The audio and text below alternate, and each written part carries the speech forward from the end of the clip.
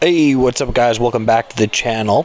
So today, just news, notes, and rumors from a couple of different teams. So I'm going to start off with the Leafs. I talked about Liljegren yesterday, but it's interesting. So there was a report that I think it was Pagnota from the fourth period. He said, I believe it was him anyway, he said that the Leafs had given Timothy Liljegren permission to talk to other teams, which, again, makes a lot of sense in my opinion.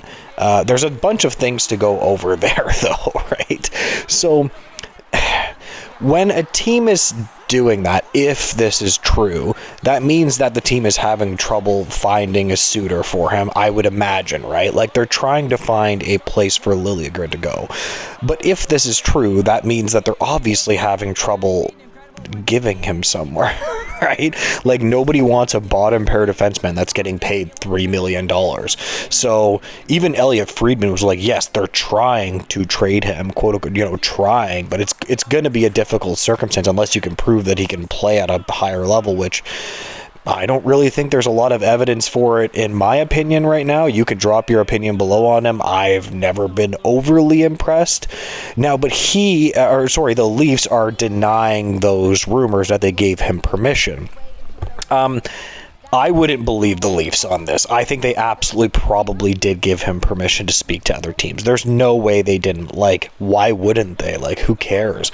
Like, they're trying to pretty much unload him. Why wouldn't you just let him to talk to other teams to maybe to convince those teams to give him a chance, right? So this is just Brad Trevling, in my opinion. He hates when stuff gets out in the media. Even the injury stuff about Nylander in last year's playoffs, they hated. Brad Trevling hated that got out. And Elliot Friedman actually touched on this, that he just really didn't like that it got out. So Brad Trevling has always been like this. He just hates negotiate. He's like an older school kind of GM. Those guys just hate stuff getting out. So I guarantee you they are the Leafs are lying here. 100% they're lying. They just don't want it to get out in the media. Okay, now on to the New York Rangers and Igor Shesterkin. Now, listen, Shesterkin straight up said he wants to be paid as the team's best player. Man, this guy's got a lot of confidence. I kind of like it, but damn, like, him letting go of him not signing that $11 million alleged deal. First off, apparently he was really, really pissed that even got out, but whatever, it's the NHL. But Elliot Friedman was reporting that it was more of a, quote, soft deadline, because the rumor was that, like, the Shesterkin gave them a deadline, and if they didn't meet their deadline, he wasn't going to negotiate in season. Some players are just like that. I don't really understand it too much. I guess they would say they just want to focus on hockey, but I mean, your agent does most of the negotiating, so like, what's the issue here? Like, just tell the player when they got a deal. Like, it's not that complex. I wonder if Igor Shesterkin is just more involved in the negotiations.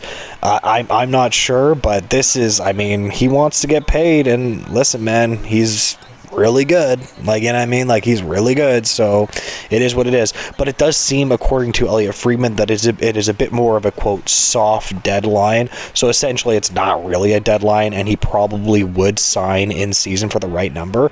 Like, again, why wouldn't you? Like, dude, the New York Rangers, my apologies, are the only team that can give him the 8th year.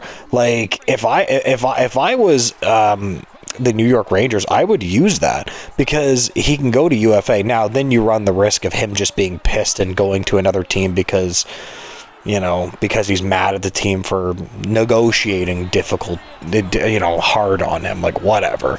So I guess there is risk to that too, but you got to use the fact that the New York Rangers are the only team that can give him the 8th year. If he goes to UFA and he signs with, I don't know, whatever team needs a goalie, like Detroit or something like that, like, dude, he obviously, man, Igor Shesterkin will look so good in Detroit. I think they would be a playoff team if he signed there. But anyways, they can only give him 7 years. So then what's Detroit going to do? Give him like 13, 14? I mean, I guess they could figure that out with some trades, but whew, that's a deep number, my dude. And plus, he's had a lot of success in New York. Why not just stay? But that's just my 2 cents anyway. Okay, so now on to Marcus Pettersson of the Penguins. Now, he's actually pretty good, by the way. Marcus Pettersson and the Penguins, like, I was looking at him, and I was trying to do as much research on it. He actually could play. Like, he's a steady top 4 defender. He plays a decent amount of minutes. He scored, like, 30-odd points in 80 games. Like, he's a quality top 4 defender. But it is looking that the Pittsburgh Penguins are going to probably trade him, which is interesting. Like, he's not old. This just seems like the Pittsburgh Penguins just saying, like, yeah, we're bad. And they are bad. They're not going to be that good, in my opinion. Like, I'm sorry, the Pittsburgh Penguins are past their prime. If you're a Penguins fan, buddy, nobody has more respect about Sidney Crosby than me. I love that guy. The Canada Golden Goal, love this guy. Okay, they're just not good. Ship this guy off somewhere. If you have respect for Sidney Crosby, ship this guy off somewhere. I'd love to see him on the Leafs. That's probably never going to happen, but still, ship him off somewhere so he can go and win, dude. Like, I just, sometimes players too old. But anyways, yeah, Marcus Pettersson probably going to be moved. Honestly, actually, GMs are always like this, man. They make one move and they make another move that are going opposite ways. You know what I mean? So they try to pretend like they're going to compete, and then they go the other way and, like, trade a UFA, and you're like, just pick a lane. You know what I mean? Just pick a lane. Obviously, Sidney Crosby really wants to compete. He is a competitor. I just don't get it, man. I would move past this guy, and I would trade this guy 100% too. I think it's actually the right move.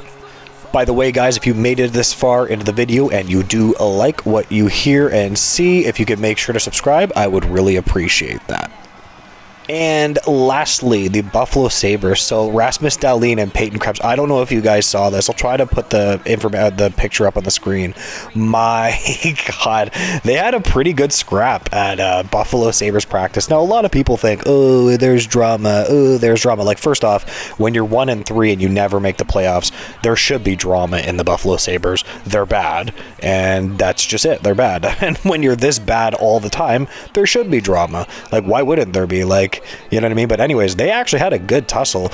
The only photo or video I could find on it is really terribly done video. I don't know why the person taped it like that. They taped it like through another camera or something really silly. Whatever. Anyways, nice little tilt. They were going at it. Everybody went in. Not a big deal. This stuff just happens. Sometimes you get punched in the face. Whatever. It is what it is. Yeah, but man, the Buffalo Sabres are, they're just not a good hockey team. I'm going to say it, though. I feel bad for Sabres fans. I really do. They're a passionate fan base, dude. They really, really care about their fan base, but, or their team, but, they just can't score goals. They just can't score goals. They can't play defense. Their goaltending is iffy, and they're just 1-3, and I can't imagine them making the playoffs again. So, anyways, I'm going to leave the video there. Have a good one, guys. Goodbye. Have a good one.